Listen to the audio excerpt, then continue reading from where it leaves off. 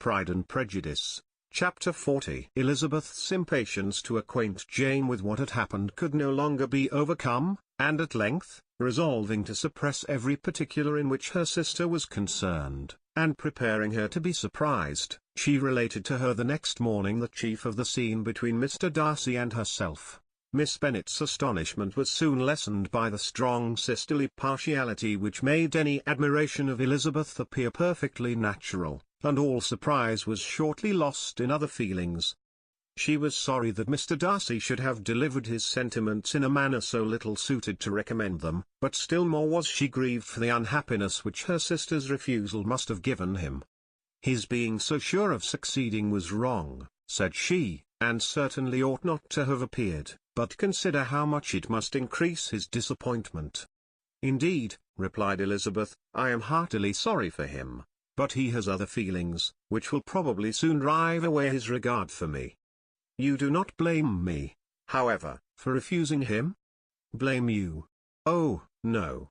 But you blamed me for having spoken so warmly of Wickham. No, I do not know that you were wrong in saying what you did, but you will know it, when I tell you what happened the very next day. She then spoke of the letter, repeating the whole of its contents as far as they concerned George Wickham. What a stroke was this for poor Jane, who would willingly have gone through the world without believing that so much wickedness existed in the whole race of mankind, as was here collected in one individual. Nor was Darcy's vindication, though grateful to her feelings, capable of consoling her for such discovery. Most earnestly did she labor to prove the probability of error, and seek to clear the one without involving the other.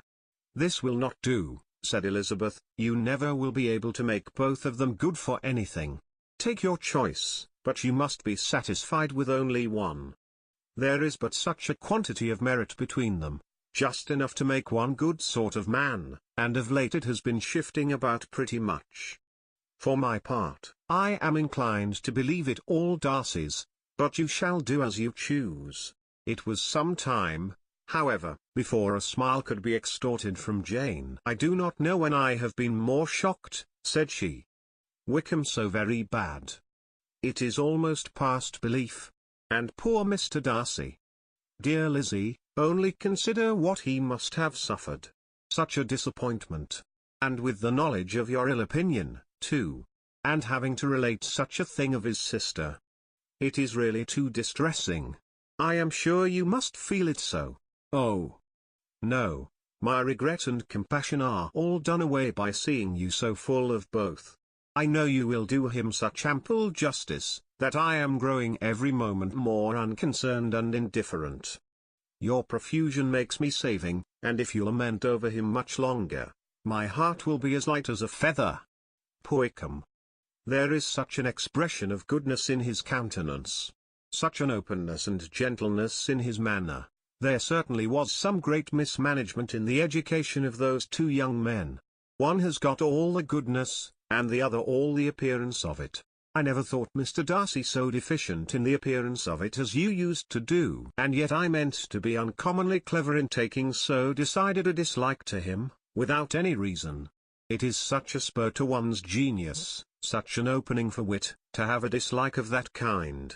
One may be continually abusive without saying anything just, but one cannot always be laughing at a man without now and then stumbling on something witty. Lizzie, when you first read that letter, I am sure you could not treat the matter as you do now. Indeed, I could not. I was uncomfortable enough, I may say unhappy. And with no one to speak to about what I felt, no Jane to comfort me and say that I had not been so very weak and vain and nonsensical as I knew I had. Oh, how I wanted you! How unfortunate that you should have used such very strong expressions in speaking of Wickham to Mr. Darcy, for now they do appear wholly undeserved. Certainly. But the misfortune of speaking with bitterness is a most natural consequence of the prejudices I had been encouraging. There is one point on which I want your advice. I want to be told whether I ought, or ought not, to make our acquaintances in general understand Wickham's character. Miss Bennet paused a little, and then replied, surely there can be no occasion for exposing him so dreadfully? What is your opinion? That it ought not to be attempted. Mr. Darcy has not authorized me to make his communication public. On the contrary, every particular relative to his sister was meant to be kept as much as possible to myself, and if I endeavor to undeceive people as to the rest of his conduct, who will believe me? The general prejudice against Mr. Darcy is so violent, that it would be the death of half the good people in Meriden to attempt to place him in an amiable light. I am not equal to it. Wickham will soon be gone, and therefore it will not signify to anyone here what he really is. Some time hence it will be all found out, and then we may laugh at their stupidity in not knowing it before. At present I will say nothing about it. You are quite right. To have his errors made public might ruin him forever. He is now, perhaps, sorry for what he has done, and anxious to re-establish a character. We must not make him desperate. The tumult of Elizabeth's mind was allayed by this conversation. She had got rid of 2 of the secrets which had weighed on her for a fortnight, and was certain of a willing listener in Jane, whenever she might wish to talk again of either. But there was still something lurking behind, of which prudence forbade the disclosure. She dared not relate the other half of Mr. Darcy's letter, nor explain to her sister how sincerely she had been valued by her friend. Here was knowledge in which no one could partake, and she was sensible that nothing less than a perfect understanding between the parties could justify her in throwing off this last encumbrance of mystery. And then, said she, if that very improbable event should ever take place, I shall merely be able to tell what Bingley may tell in a much more agreeable manner himself. The liberty of communication cannot be mine till it has lost all its value. She was now, on being settled at home, at leisure to observe the real state of her sister's spirits. Jane was not happy. She still cherished a very tender affection for Bingley.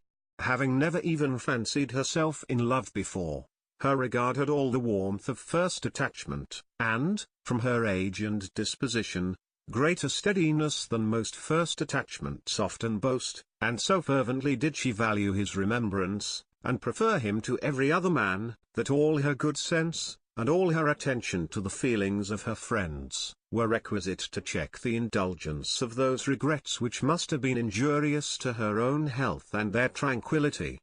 "Well, Lizzie," said Mrs. Bennet one day, "what is your opinion now of this sad business of Jane's? For my part, I am determined never to speak of it again to anybody. I told my sister Phillips so the other day. But I cannot find out that Jane saw anything of him in London. Well, he is a very undeserving young man, and I do not suppose there is the least chance in the world of her ever getting him now. There is no talk of his coming to Netherfield again in the summer, and I have inquired of everybody, too, who is likely to know. I do not believe he will ever live at Netherfield any more. Oh well. It is just as he chooses. Nobody wants him to come. Though I shall always say he used my daughter extremely ill, and if I was her, I would not have put up with it.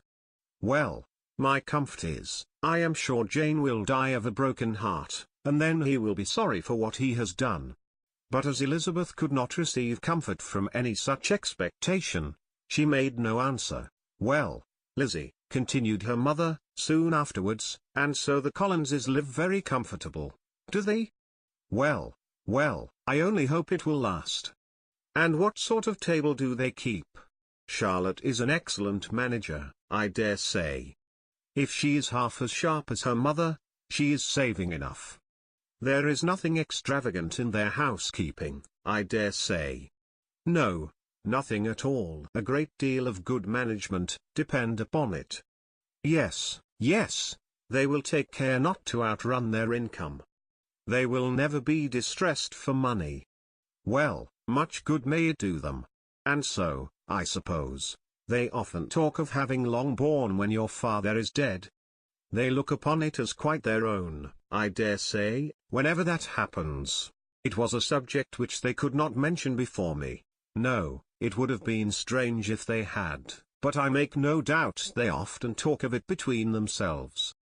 Well, if they can be easy with an estate that is not lawfully their own, so much the better. I should be ashamed of having one that was only entailed on me.